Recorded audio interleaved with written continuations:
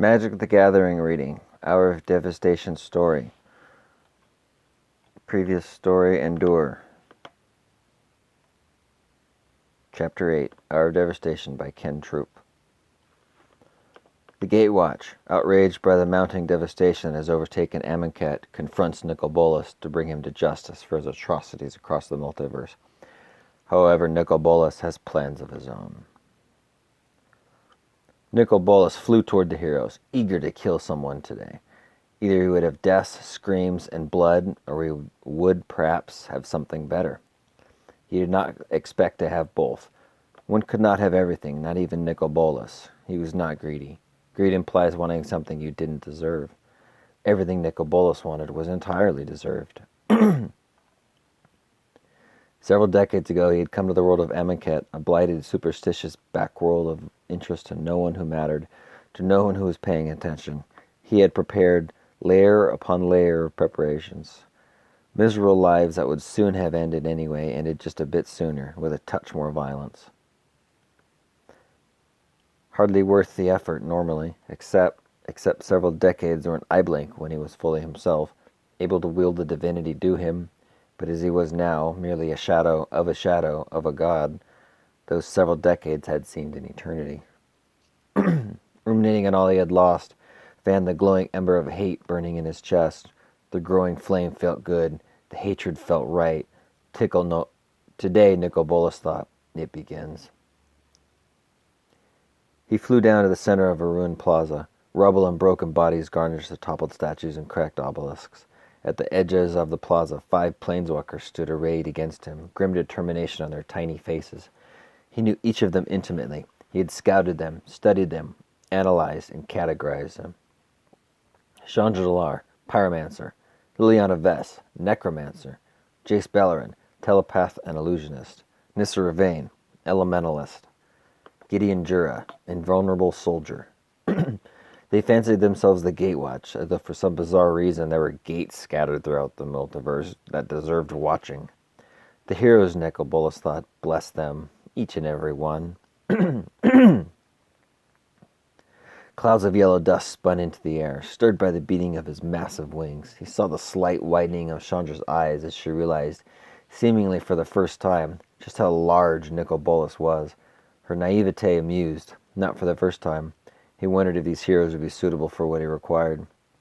No matter, there were others, if need be. Tiny perturbations prickled his mind, a cautious but insistent probing from Jace. Yes, my dear boy, find your footing, Bolas implored silently. He landed with a soft thump, his wings flexing with a final ponderous beat. He had not needed wings to fly for a very long time, but he loved the way it felt. His majesty fully unfurled and on display. He lifted his head to the sky and roared, a throaty cry that shook buildings and quailed hearts. His roar echoed the cries of countless other predators throughout the eons, predators who have no more need to be silent. Over the long years, Nicol Bolas knew it served him poorly to be too much the dragon, but it was fun to be the dragon too little. But it was no fun to be the dragon too little. The 5 planeswalkers stood uncertainly around him. He extended his mind outward and could feel the ripples of their telepathic communication, orchestrated by Jace. He could have intercepted it if he wanted, but thought it would be more interesting to see what the plan they had come up with. Given their hesitation and dawdling, he was growing ever more certain they would disappoint. Oh, they probably had a plan. A plan, charitably, could consist of kill the dragon, or burn the dragon, or zombie it, or elemental it, or illusion it, or block it. These were all, given enough leeway, plans.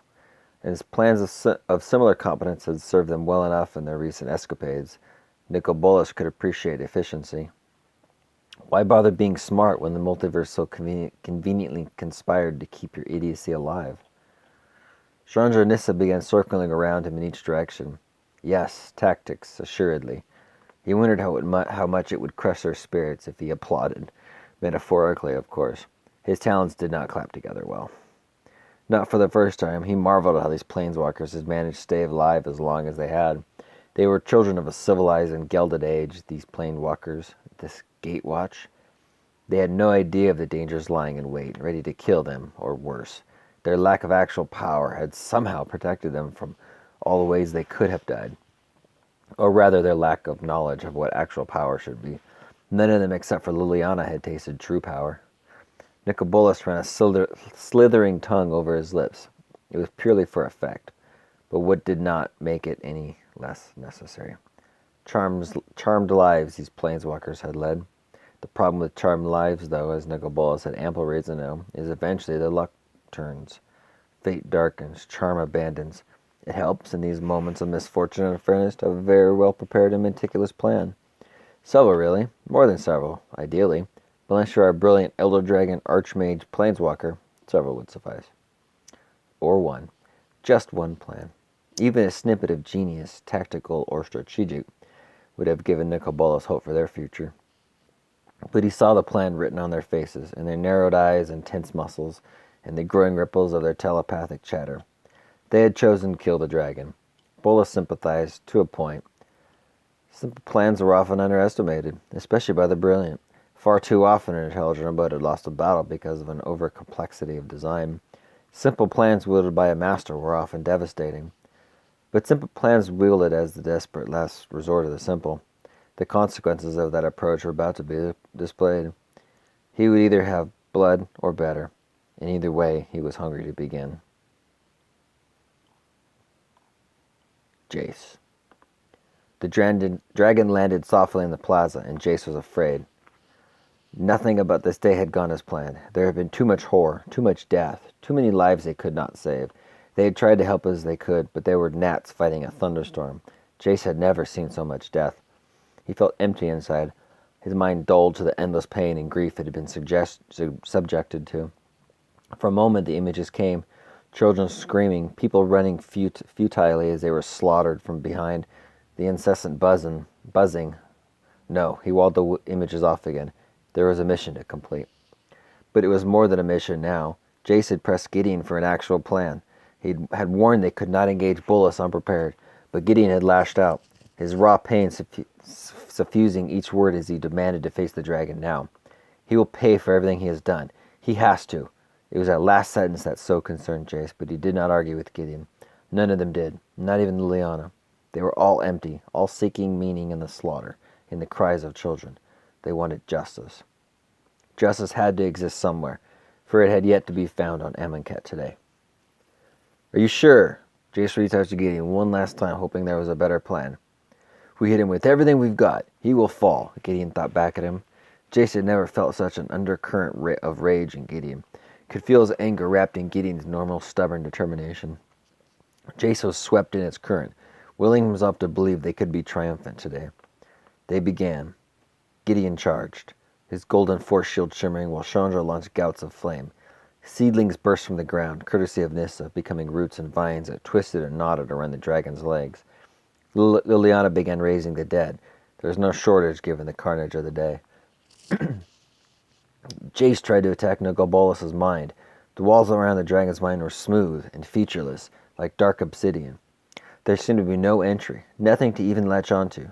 Jace had never encountered a mind so impenetrable except for the merest moment of a memory surfaced of a mind as smooth and dazzling as a wall of crystal. But even as the thought entered his mind, it erased itself, and he could not remember where he had seen such a thing or even what kind of thing it was. What? Jace shook off the sudden figure that had overtaken him. It didn't seem to come from Bolas, but rather from inside himself. What was I thinking about? But he could not recall. Bolas's mind still loomed in front of him, closed and locked as he futilely sought purchase. His friends were not doing any better. Nicol Bolas' tail whipped around, lightning fast, and its end slammed into Gideon and his invulnerable shield with the force of a charging Baloth. Gideon sailed into a thick brick wall lining one side of the plaza. His shield kept him unharmed, but he had no leverage to do anything more than be whacked against the wall by Bolas' tail like a ball hit by a stick. Over and over, his bricks flew and shattered with each impact. The wall would crumble before Gideon did, but neither would be going anywhere for a while. Bolas ignored Chandra's fire, trampled Liliana's dead, and broke Nissa's vines. He did not move to attack them, merely continuing to fling a helpless Gideon against the wall. He stared at Jace, knowing what the telepath was trying and failing to do. The voice blasted in Jace's mind with all subtlety of an avalanche, shredding several of his defenses effortlessly. You have been alive for all of an eye blink, and because of a thimble of natural talent you presume to touch my mind? And some have called me arrogant. Bolas's laughter was acid, scarring Jace's mind. He frantically strove to erect stronger psychic shields, shocked at how easily Bolas had penetrated his outer walls. But perhaps in his arrogance the dragon had made a mistake.